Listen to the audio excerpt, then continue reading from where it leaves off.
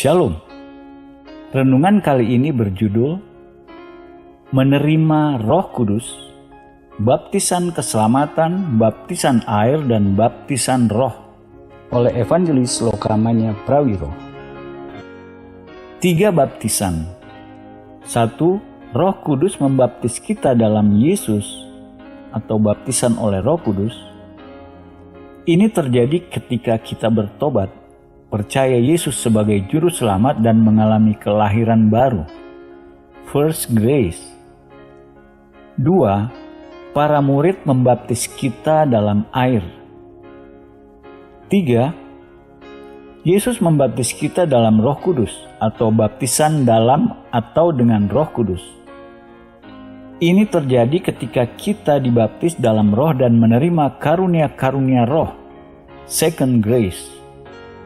Pertama, Roh Kudus membaptis kita, dalam bahasa Yunani, baptise, yang artinya membenamkan. Kita perlu membaca 1 Korintus 12 ayat 13, sebab dalam satu roh kita semua, baik orang Yahudi maupun orang Yunani, baik budak maupun orang merdeka, telah dibaptis menjadi satu tubuh dan kita semua diberi minum dari satu roh. Jadi Roh Kudus membaptis kita ke dalam tubuh Kristus. Ini adalah first grace atau kelahiran baru. Kedua, para murid membaptis kita dalam air. Matius 28 ayat 19. Karena itu pergilah, jadikanlah semua bangsa muridku, dan baptislah mereka dalam nama Bapa dan Anak dan Roh Kudus. Membaptis atau membenamkan dalam nama Bapa dan Anak dan Roh Kudus. Ini terjadi dalam air. Perhatikan para murid yang melakukan. Jadi ketika kita dibaptis dalam air, tidak harus oleh pendeta. Bisa oleh murid. Banyak ayah membaptis anak-anak mereka karena hanya perlu oleh seorang murid untuk melakukan pembaptisan. Setiap orang tahu tentang baptisan air. Ketiga, Yesus membaptis kita dalam Roh Kudus. Jadi ada 3 baptisan yang perlu kita alami. Dan kita akan fokus pada yang ketiga ini. Kita akan berbicara tentang menerima Roh Kudus atau yang di Alkitab disebut sebagai baptisan dalam Roh Kudus. Alasannya karena sangat penting untuk mengerti perbedaan antara baptisan yang pertama dan baptisan yang ketiga. Yang pertama adalah baptisan oleh Roh Kudus, sedangkan yang ketiga adalah baptisan dalam atau dengan Roh Kudus. Apakah kamu sudah menerima baptisan Roh Kudus? Baptisan yang dilakukan Roh Kudus? Jawabannya, ya, ketika kita diselamatkan. Ketika kita diselamatkan, Roh Kudus membaptis kita ke dalam tubuh Kristus. Tetapi Alkitab berbicara secara khusus tentang baptisan dalam atau dengan Roh Kudus. Dalam Matius 3 ayat 11, Aku membaptis kamu dengan air sebagai tanda pertobatan, tetapi Ia yang datang kemudian daripadaku lebih berkuasa daripadaku, dan aku tidak layak melepaskan kasutnya. Ia akan membaptis kamu dengan Roh Kudus dan dengan api. Kata dengan pada kalimat membaptis kamu dengan Roh Kudus adalah sebuah preposisi atau kata depan. Bahkan dalam bahasa Yunani itu kata depan yang bisa diterjemahkan dalam atau dengan. Keduanya memiliki arti yang sama. Perhatikan dengan seksama kalimat dalam Matius 3 ayat 11, Ia akan membaptis kamu dengan roh. Sementara dalam 1 Korintus 12 ayat 13 dikatakan, sebab dalam satu roh kita semua telah dibaptis menjadi satu tubuh dalam Yesus. Seperti telah disebutkan, baptisan pertama adalah Roh Kudus membaptis kita dalam Yesus. Akan tetapi, perhatikan dengan hati-hati apa yang dikatakan dalam Matius 3 ayat 11. Ia atau Yesus akan membaptis kamu dengan atau dalam Roh Kudus. Secara teologis dan tata bahasa ini tidak sama. Ada 2 pokok pembicaraan. tidak ada teolog manapun atau ahli tata bahasa dapat mengatakan bahwa dua kalimat itu mempunyai arti yang sama. Keduanya tidak sama karena kalimat yang satu, Roh Kudus yang membaptis kamu ke dalam tubuh Kristus. Sedangkan kalimat yang satunya, Yesus membaptis kamu dengan Roh Kudus atau dalam Roh Kudus. Yesus ingin membenamkan kita, memenuhi kita sepenuhnya dengan melimpahkan Roh Kudus. Dalam kaitan inilah kita akan membahas ada sesuatu yang sangat luar biasa dan khusus tentang ini. Baptisan dalam atau oleh Roh Kudus ada atau tercantum dalam setiap kitab Injil. Itu mungkin tidak mengejutkan kita, karena sering kita tidak menyadari bahwa hanya ada beberapa hal yang ada dalam setiap Injil. Matius, Markus, dan Lukas disebut sinoptik atau Injil yang serupa. Adapun Yohanes bukan Injil sinoptik. Ini alasannya mengapa Matius, Markus, dan Lukas mencatat kelahiran Yesus dan langsung pindah ke bagian setelah Yohanes Pembaptis dipenggal, tahun ketiga dari pelayanan Yesus. Matius, Markus, dan Lukas hanya mencatat tahun ketiga dari pelayanan Yesus. Pada 70 sebelum Masehi, Yohanes murid Yesus terakhir yang masih hidup berpikir pada dirinya, tidak ada yang mencatat tentang 2 tahun pertama dari pelayanan Yesus. Lalu ia menulis kitab Yohanes yang mencakup tahun-tahun pertama sejarah pelayanan Yesus. Oleh sebab itu, kita menemukan hal-hal dalam Yohanes yang tidak ada dalam Matius, Markus, dan Lukas. Kita sering melihat yang kita baca dalam Matius dan perumpamaan dalam Markus atau Lukas, tapi dalam Yohanes pasal 2, kita mulai dengan perkawinan di Kanaan. Yohanes pasal 3, pembicaraan Nikodemus bahwa kita harus dilahirkan kembali. Perempuan yang menimba air di sumur. Perempuan yang ditangkap karena berzina dalam Yohanes pasal 8. Orang buta. Dalam Yohanes 9 kita membaca Lazarus dibangkitkan. Kita membaca Yohanes 14, 15, dan 16, pembicaraan perjamuan terakhir. Semua itu tidak ada dalam catatan Matius, Markus, dan Lukas. Yohanes juga mencatat yang ada dalam 4 Injil, kematian, penguburan, kebangkitan Kristus, dan baptisan dalam Roh Kudus seperti tercatat dalam Matius. Dalam Markus pasal 1 ayat 8, Yohanes Pembaptis sekali lagi mengatakan, "Aku membaptis kamu dengan air, tetapi ia akan membaptis kamu dengan Roh Kudus."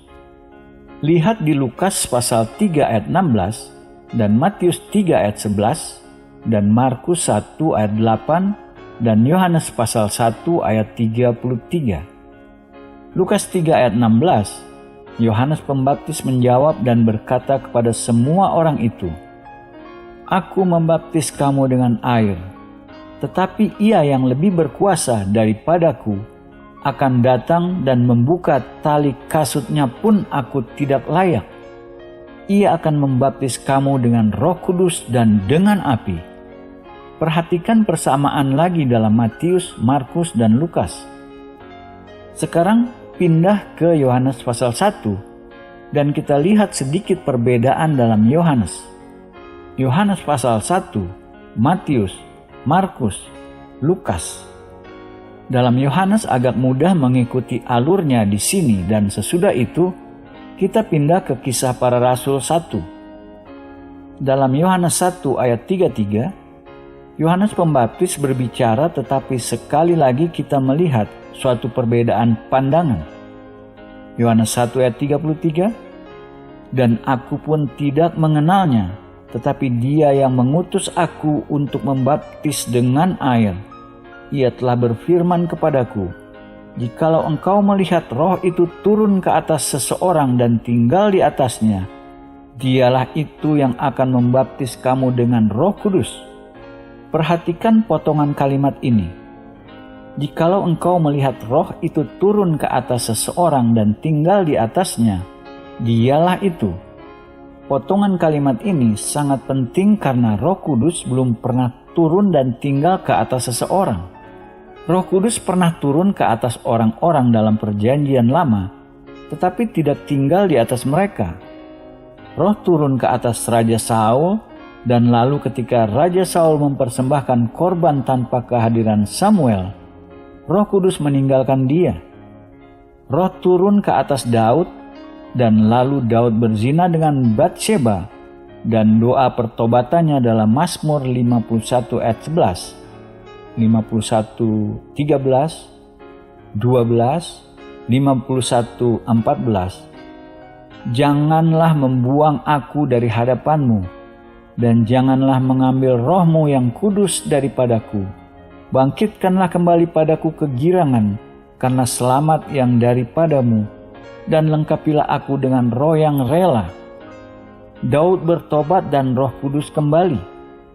Allah Bapa berkata kepada Yohanes Pembaptis, "Jikalau engkau melihat roh itu turun ke atas seseorang dan tinggal di atasnya, dialah itu yang akan membaptis dengan Roh Kudus."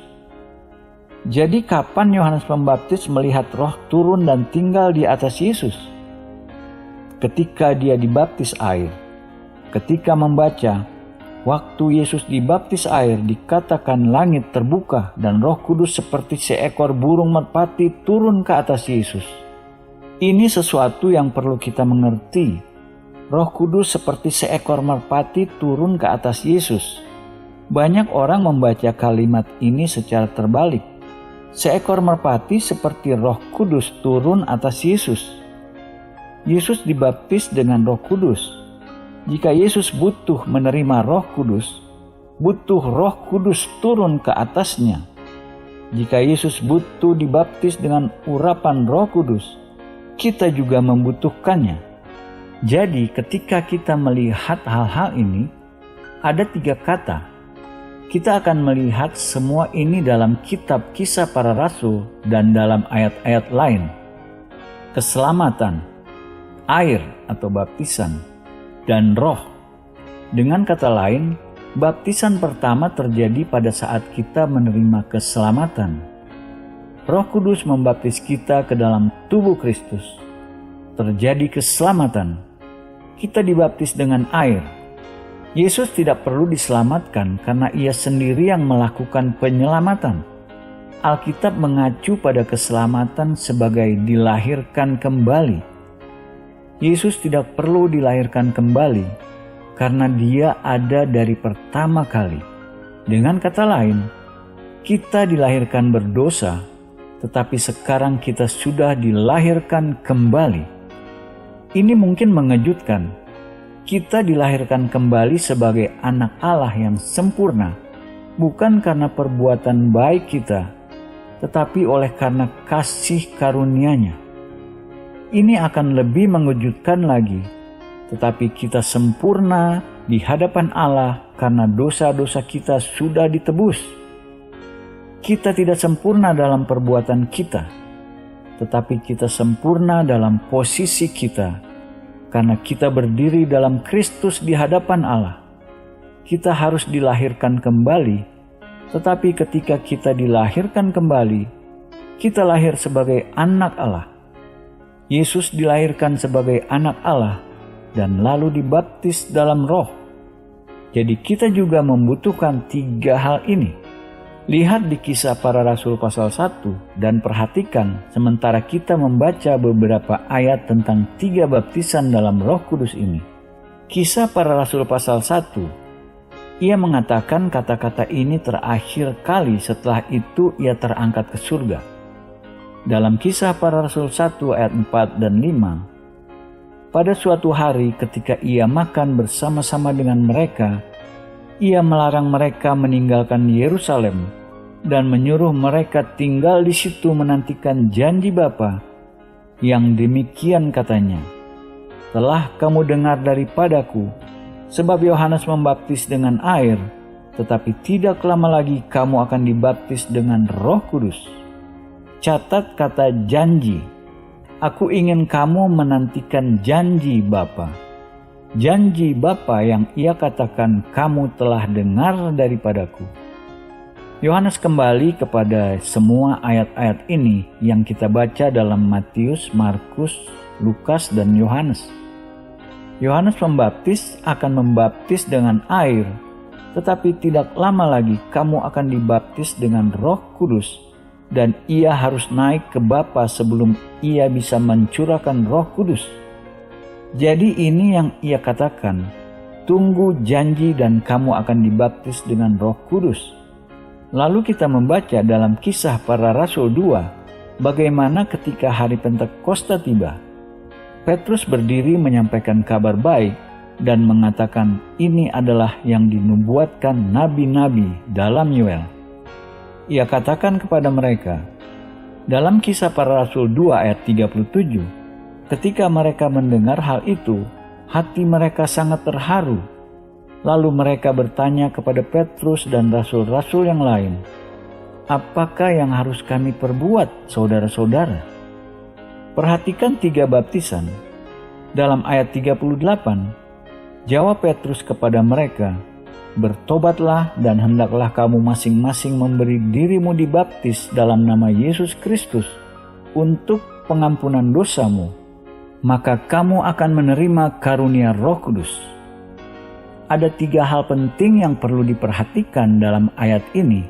Pertama, bertobatlah atau diselamatkan. Dan kedua, dibaptis dalam air. Dan ketiga, menerima karunia Roh Kudus. Perlu diklarifikasi, karunia Roh Kudus bukan satu karunia tertentu. Karunia Roh Kudus adalah Roh Kudus dan semua karunia-karunianya. Orang-orang mengatakan karunia Roh Kudus adalah bahasa lidah. Itu satu dari karunia-karunia roh. Karunia roh adalah roh. Betapa indahnya, dan kita mendapat semua karunia lain dengannya. Yesus mengatakan, tinggallah di situ menantikan janji Bapa. Beberapa orang mengatakan pencurahan Roh Kudus hanya untuk 120 orang yang hadir pada hari Pentakosta. Akan tetapi, ingat Yesus mengatakan janji Bapa, menantikan janji, dan janji itu adalah baptisan Roh Kudus. Yesus mengatakan itu dengan sangat jelas.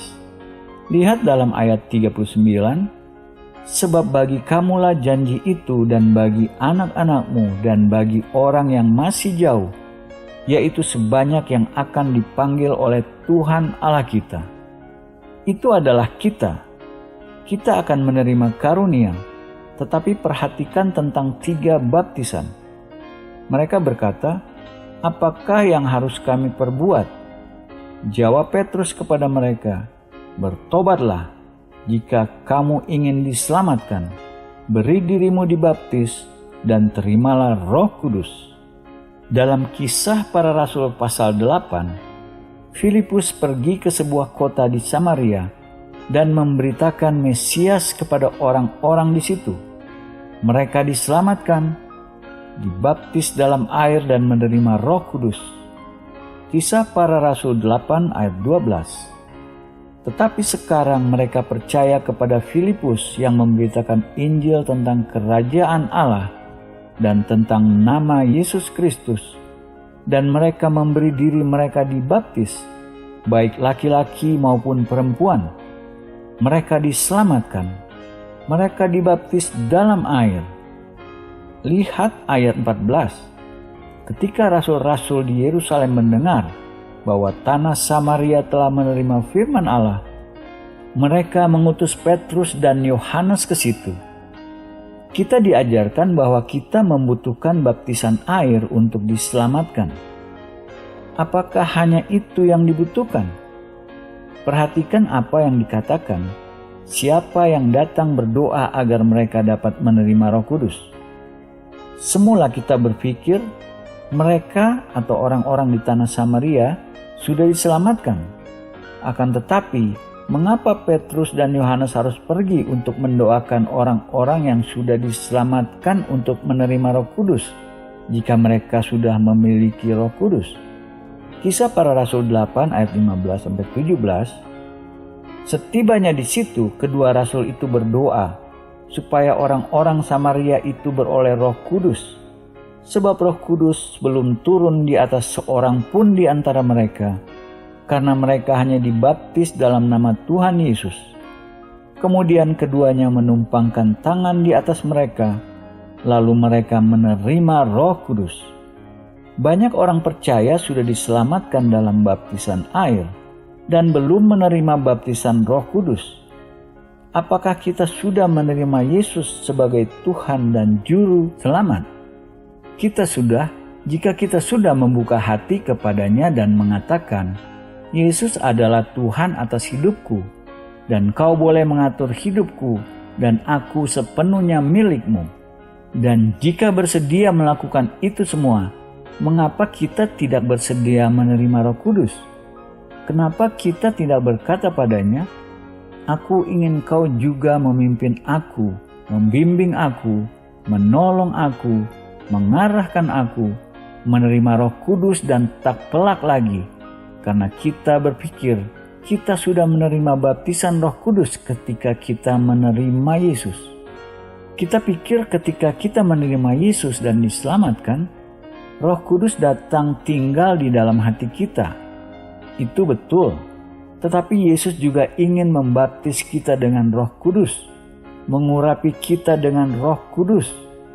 Baca Kisah Para Rasul 10 di mana orang non-Yahudi ketika mereka mendengar kabar baik, mereka menerima Roh Kudus juga. Lalu baca Kisah Para Rasul 19 ayat 1. Ketika Apolos masih di Korintus, Paulus sudah menjelajah daerah-daerah pedalaman dan tiba di Efesus. Di situ didapatinya beberapa orang murid. Alkitab menyebut mereka murid, berarti mereka murid. Perhatikan apa yang Paulus katakan dalam ayat 2. Ini hal penting dalam pokok pembicaraan di sini. Katanya kepada mereka, "Sudahkah kamu menerima Roh Kudus ketika kamu menjadi percaya?" Jadi dia datang kepada beberapa murid dan berkata kepada mereka, "Sudahkah kamu menerima Roh Kudus ketika kamu percaya?" Mengapa seorang rasul besar mengeluarkan pertanyaan seperti itu? Itu adalah sebuah pertanyaan yang sangat mudah. Dengan kata lain, apakah ada orang lain yang pernah mengatakan padamu tentang Roh Kudus dan berdoa agar kamu menerima Roh Kudus ketika kamu percaya? Dalam ayat 2 mereka menjawab Paulus, "Belum. Bahkan kami belum pernah mendengar bahwa ada Roh Kudus." Itu bagaimana kita dulu. Kita bahkan belum pernah mendengar bahwa ada Roh Kudus. Kita dulu belum pernah mendengar apapun tentang Roh Kudus. Dalam ayat 3, ia ingin mengetahui keselamatan mereka. Lalu kata Paulus kepada mereka, "Kalau begitu dengan baptisan manakah kamu telah dibaptis?" Jawab mereka, "Dengan baptisan Yohanes." Perhatikan baptisan Yohanes karena ini baptisan yang merepresentasi keselamatan jika di hati kita sudah melakukan apa yang seharusnya kita lakukan. Itu sebabnya ia katakan kepada orang Farisi dan orang Saduki, "Kamu tidak bisa diselamatkan. Aku tidak akan membaptis karena tidak ada pertobatan di hati mereka." Dalam ayat 4, kata Paulus, baptisan Yohanes adalah baptisan orang yang telah bertobat, dan ia berkata kepada orang banyak bahwa mereka harus percaya kepada Dia yang datang kemudian daripadanya, yaitu Yesus. Perhatikan itu yang dapat kita katakan, kita sudah bertobat dan percaya kepada Yesus sama seperti orang-orang di Efesus. Mereka datang kepada Yohanes dengan sungguh-sungguh. Mereka bertobat dan percaya kepada Dia yang akan datang kemudian, yaitu Yesus Kristus Sang Mesias. Disebutkan dalam ayat 5, ketika mereka mendengar hal itu, mereka memberi diri mereka dibaptis dalam nama Tuhan Yesus. Mereka dibaptis dalam air. Mereka diselamatkan lalu dibaptis dalam air. Dalam ayat 6, dan ketika Paulus menumpangkan tangan di atas mereka, turunlah Roh Kudus ke atas mereka, dan mulailah mereka berkata-kata dalam bahasa roh dan bernubuat. Apakah kita melihat pola orang-orang dalam perjanjian baru? Mereka diselamatkan, mereka dibaptis air dan mereka dibaptis dalam Roh Kudus. Ini ada dalam seluruh kitab Kisah Para Rasul. Kita telah membahas pasal 1, 8, dan 19. Mari kita membaca 1 Yohanes 5 ayat 7. Sebab ada 3 yang memberi kesaksian di dalam surga, Bapa, Firman, dan Roh Kudus, dan ketiganya adalah satu. Ada 3 yang memberi kesaksian di dalam surga. Apa yang mereka lakukan? Mereka memberi kesaksian. Mereka memberi kesaksian bahwa ada Allah yang supernatural, Bapa, Firman. Perhatikan bahwa di sini tidak mengacu kepada Yesus, karena Yesus di sini pada mulanya adalah Firman. Firman itu bersama-sama dengan Allah, dan Firman itu adalah Allah. Yohanes 1 ayat 1. Dan dalam Wahyu 19 ayat 13 dikatakan, namanya ialah Firman Allah. Allah Bapa adalah Firman. Jadi Bapa, Firman atau Yesus, dan Roh, ada 3 yang memberi kesaksian di surga. Kita berbicara tentang 3 baptisan ini di bumi yang terjadi dalam kehidupan kita. Kadangkala keselamatan dihubungkan dengan darah. Kenapa? Karena tanpa pengorbanan darah dalam Ibrani dikatakan tidak ada penebusan dosa. Yesus mengorbankan darahnya untuk menebus dosa kita. Karena darahnya kita diselamatkan. Perhatikan ayat selanjutnya dan lihat 3 baptisan. 1 Yohanes 5 ayat 8. Dan ada 3 yang memberi kesaksian di bumi, roh dan air dan darah, dan ketiganya adalah satu. Ia katakan roh, air, dan darah. Baptisan roh, baptisan air, dan darah Yesus atau keselamatan. Kepada siapa mereka memberi kesaksian? Mereka memberi kesaksian bahwa ada Allah di surga, supernatural yang mengubah kehidupan manusia. Apa yang 3 baptisan ini lakukan atas kehidupan manusia? Ketika kita diselamatkan, kita menjadi manusia baru.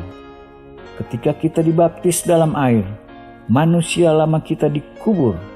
Dan ketika kita dibaptis dalam Roh, kita mendapat kuasa untuk hidup baru. Suatu pekerjaan yang komplit.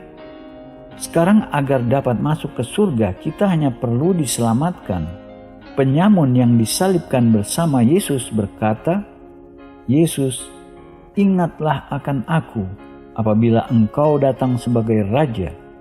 Kata Yesus kepadanya, aku berkata kepadamu, sesungguhnya hari ini juga engkau akan ada bersama-sama dengan aku di dalam Firdaus.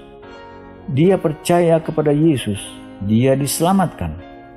Dia tidak dibaptis air dan tidak dibaptis roh, tetapi dia masuk surga. Banyak orang-orang percaya yang diselamatkan, tetapi karena mereka tidak dibaptis air dan dibaptis dalam roh, maka mereka tidak memiliki kuasa. Banyak orang percaya sewaktu kanak-kanak belum menyerahkan hidupnya kepada Kristus dan belum diselamatkan. Di kemudian hari mereka diselamatkan, tetapi bukan karena mereka sudah dibaptis sebelumnya. Mereka merasa tidak memerlukan baptisan air, maka mereka kehilangan bagian ini. Karena ia harus terjadi sesudah keselamatan. Perhatikan lagi urutannya, keselamatan, air, dan roh.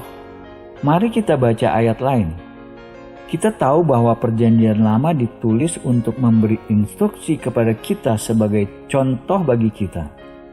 1 Korintus 10 ayat 6 dan 11 mengatakan, semuanya ini telah terjadi sebagai contoh bagi kita untuk memperingatkan kita, supaya jangan kita menginginkan hal-hal yang jahat seperti yang telah mereka perbuat.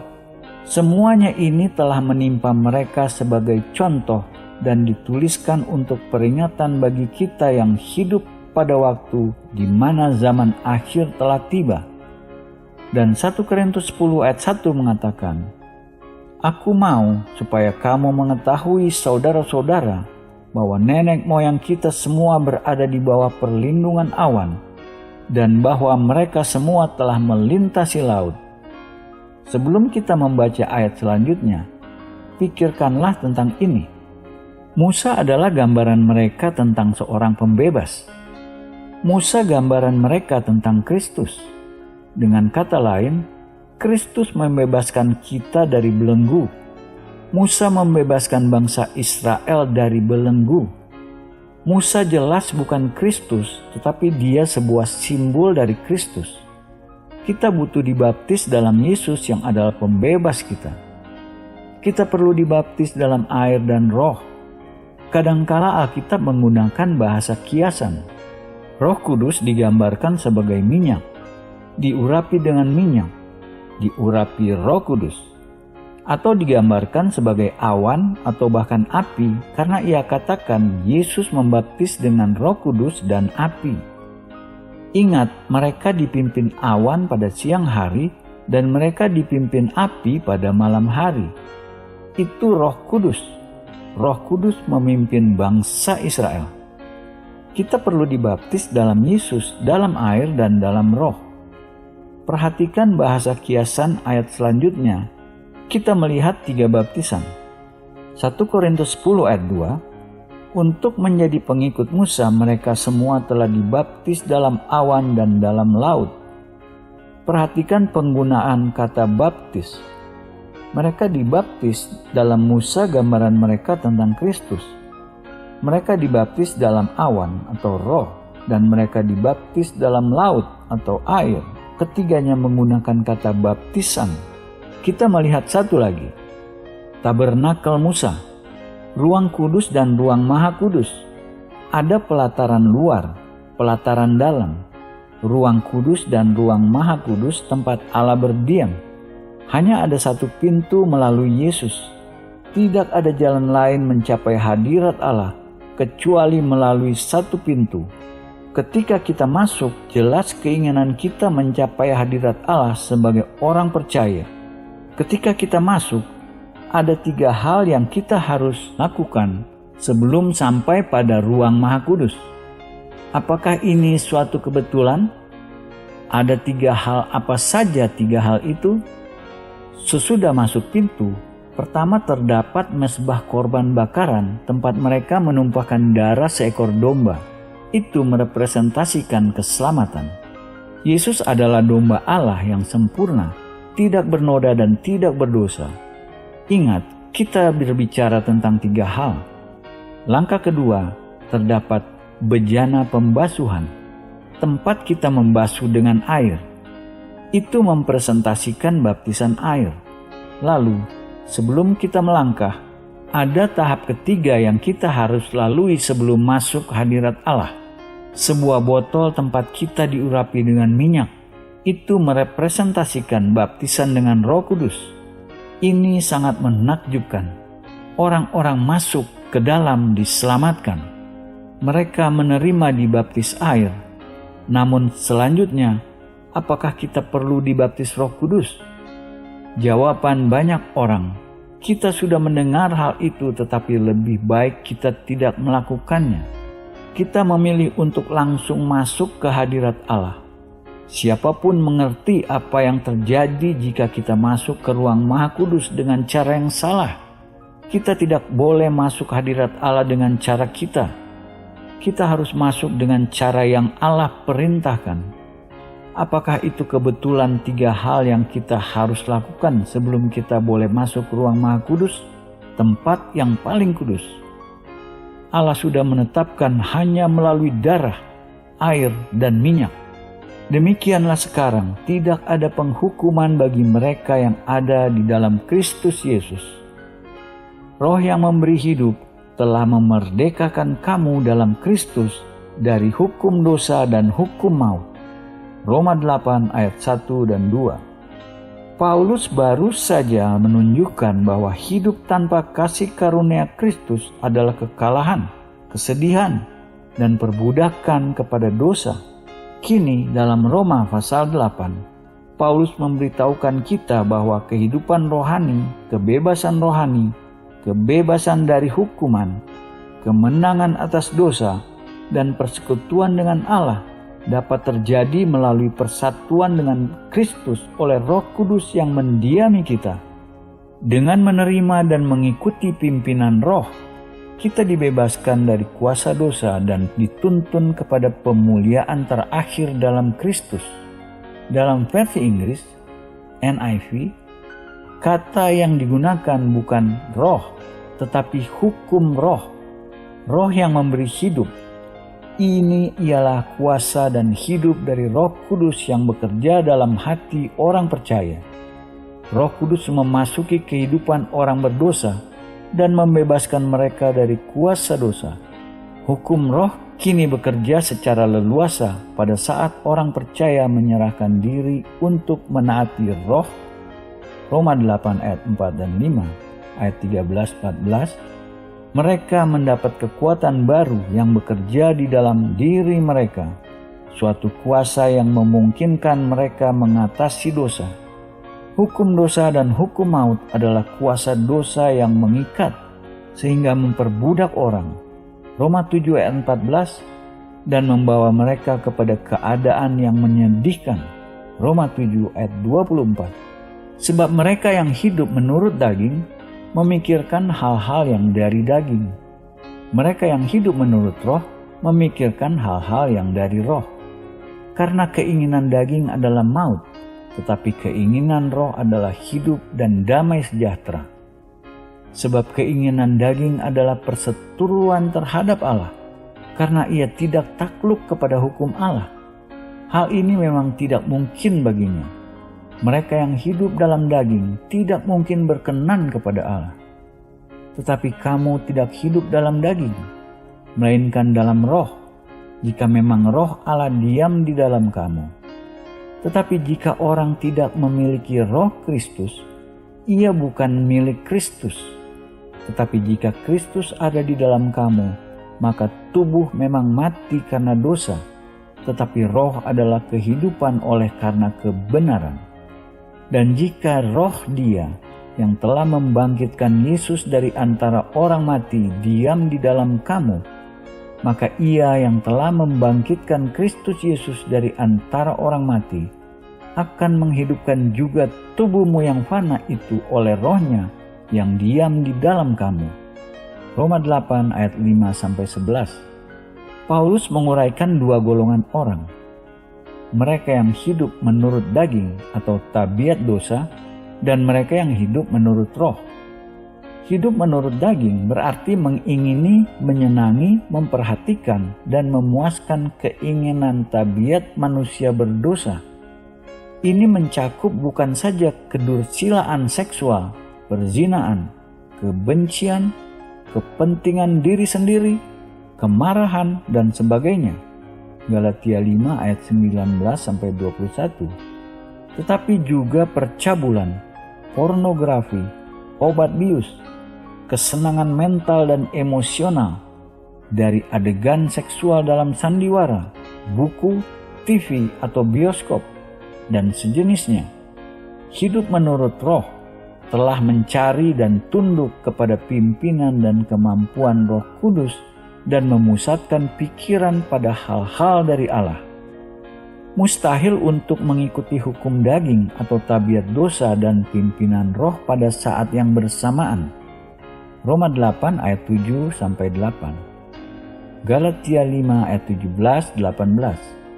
Jikalau seorang gagal melawan keinginan dosa dengan pertolongan roh, dan sebaliknya hidup menurut hukum daging atau tabiat dosa, Roma 8 ayat 13, dia menjadi seteru Allah. Roma 8 ayat 7, Yakobus 4 ayat 4, dan dapat menantikan kematian rohani yang kekal. Roma 8 ayat 13. Mereka yang terutama mengasihi dan memperhatikan hal-hal dari Allah dalam hidup ini dapat mengharapkan hidup kekal dan hubungan dengan Allah. Roma 8 ayat 10, 11, 15, 16. Semua orang percaya sejak saat menerima Yesus Kristus sebagai Juru Selamat dan Tuhan memiliki Roh Kudus yang berdiam dalam mereka. Karena dosa telah memasuki aspek jasmaniah dalam diri kita, tubuh kita harus mati atau diubah. Akan tetapi karena Kristus ada di dalam diri kita, kini kita mengalami hidup roh. Sebab jika kamu hidup menurut daging, kamu akan mati. Tetapi jika oleh roh kamu mematikan perbuatan-perbuatan tubuhmu, kamu akan hidup. Semua orang yang dipimpin Roh Allah adalah anak Allah. Sebab kamu tidak menerima roh perbudakan yang membuat kamu menjadi takut lagi. Tetapi kamu telah menerima roh yang menjadikan kamu anak Allah. Oleh roh itu kita berseru, "Ya Aba, ya Bapa." Roh itu bersaksi bersama-sama dengan roh kita bahwa kita adalah anak-anak Allah. Dan bukan hanya mereka saja, tetapi kita yang telah menerima karunia sulung roh, kita juga mengeluh dalam hati kita sambil menantikan pengangkatan sebagai anak, yaitu pembebasan tubuh kita. Roma 8 ayat 13-16 dan 23. Paulus menekankan perlunya peperangan secara terus-menerus terhadap segala yang membatasi karya Allah di dalam hidup kita, karena dosa senantiasa berusaha untuk berkuasa atas kita. Pertempuran rohani ini, sekalipun diarahkan kepada iblis dan bala kekuatannya, Efesus 6 ayat 12, terutama terarah kepada hawa nafsu dan keinginan tabiat berdosa. Galatia 5 ayat 16-21, Yakobus 4 ayat 1, 1 Petrus 2 ayat 11. Sebagai orang percaya, kita harus senantiasa memutuskan apakah kita akan menyerah kepada keinginan dosa atau kepada tuntutan tabiat ilahi yang di dalamnya kita ikut ambil bagian. Galatia 5 ayat 16, 18, 2 Petrus 1 ayat 4. Akibat kegagalan untuk mematikan perbuatan-perbuatan tubuh adalah kematian rohani. Roma 8 ayat 6 dan 13. Dan hilangnya warisan dalam kerajaan Allah. Galatia 5 ayat 19-21. Perkataan "kamu akan mati" berarti bahwa orang Kristen dapat berpindah dari kehidupan rohani kembali ke kematian rohani. Demikian hidup Allah yang diterima pada saat lahir, Yohanes 3 ayat 3-6, dapat dipadamkan di dalam jiwa orang percaya yang menolak untuk mematikan perbuatan-perbuatan buruk tubuh. Paulus memberikan dasar bagi kepastian keselamatan. Jikalau seseorang terus-menerus mematikan perbuatan-perbuatan buruk dalam tubuhnya, maka dia sedang dipimpin oleh roh dan ia adalah anak Allah. Roh Kudus berdiam di dalam anak-anak Allah, supaya memimpinnya agar berpikir, berbicara, dan bertindak sesuai dengan firman Allah. Dia memimpin dengan dorongan-dorongan untuk melakukan kehendak Allah dan mematikan perbuatan buruk tubuh. Roma 8 ayat 13, Filipi 2 ayat 13, 2 Timotius 2 ayat 11-12. Senantiasa selaras dengan Alkitab. 1 Korintus 2 ayat 12-13. Memberi pengarahan dalam hidup kita. Lukas 4 ayat 1, Kisah Para Rasul 10 ayat 19-20, pasal 16 ayat 6-7. Bertentangan dengan keinginan-keinginan berdosa. Galatia 5 ayat 17-18. 1 Petrus 2 ayat 11. Memperhatikan kesalahan dosa, standar kebenaran Kristus dan hukuman Allah terhadap kejahatan. Yohanes 16 ayat 8-11. Mendorong orang percaya agar bertekun dalam iman dan mengingatkan mereka mengenai kemurtatan dari iman pribadi dalam Kristus. Roma 8 ayat 13, Ibrani 3 ayat 7-14. Mengakibatkan kematian rohani apabila ditolak. Roma 8 ayat 6 ayat 13. dan menghasilkan kehidupan rohani dan damai apabila ditaati. Roma 8 ayat 6, ayat 10, 11, ayat 13, Galatia 5 ayat 22, 23. Dorongan Roh Kudus datang dari membaca firman Allah. Yohanes 14 ayat 26, 15 ayat 7 dan 26. 16 ayat 3, 2 Timotius 3 ayat 16-17. Berdoa dengan sungguh-sungguh. Roma 8 ayat 26. Kisah Para Rasul 13 ayat 2 dan 3. Mendengarkan khotbah adalah ajaran yang saleh. 2 Timotius 4 ayat 1 dan 2. Ibrani 13 ayat 7 dan 17. Menjalankan penyataan-penyataan roh para pemimpin Kristen yang dapat diandalkan. Efesus 6 ayat 1, Kolose 3 ayat 20. Roh Kudus memberikan kepada kita kepastian bahwa melalui Kristus dan dengan Kristus kita kini menjadi anak-anak Allah. Roma 8 ayat 15. Dia menjadikan nyata kebenaran bahwa Kristus mengasihi kita, tetap mengasihi kita, dan hidup bagi kita di sorga sebagai pengantara kita. Roh Kudus juga menunjukkan kepada kita bahwa kasih Bapa kepada kita sebagai anak angkatnya tidak kurang dari kasihnya bagi anaknya yang tunggal. Yohanes 14 ayat 21, ayat 23, pasal 17 ayat 23. Akhirnya, Roh Kudus menciptakan di dalam kita kasih dan keyakinan yang membuat kita berseru kepadanya, Ya Aba, Ya Bapa. Roma 8 ayat 15. Amin.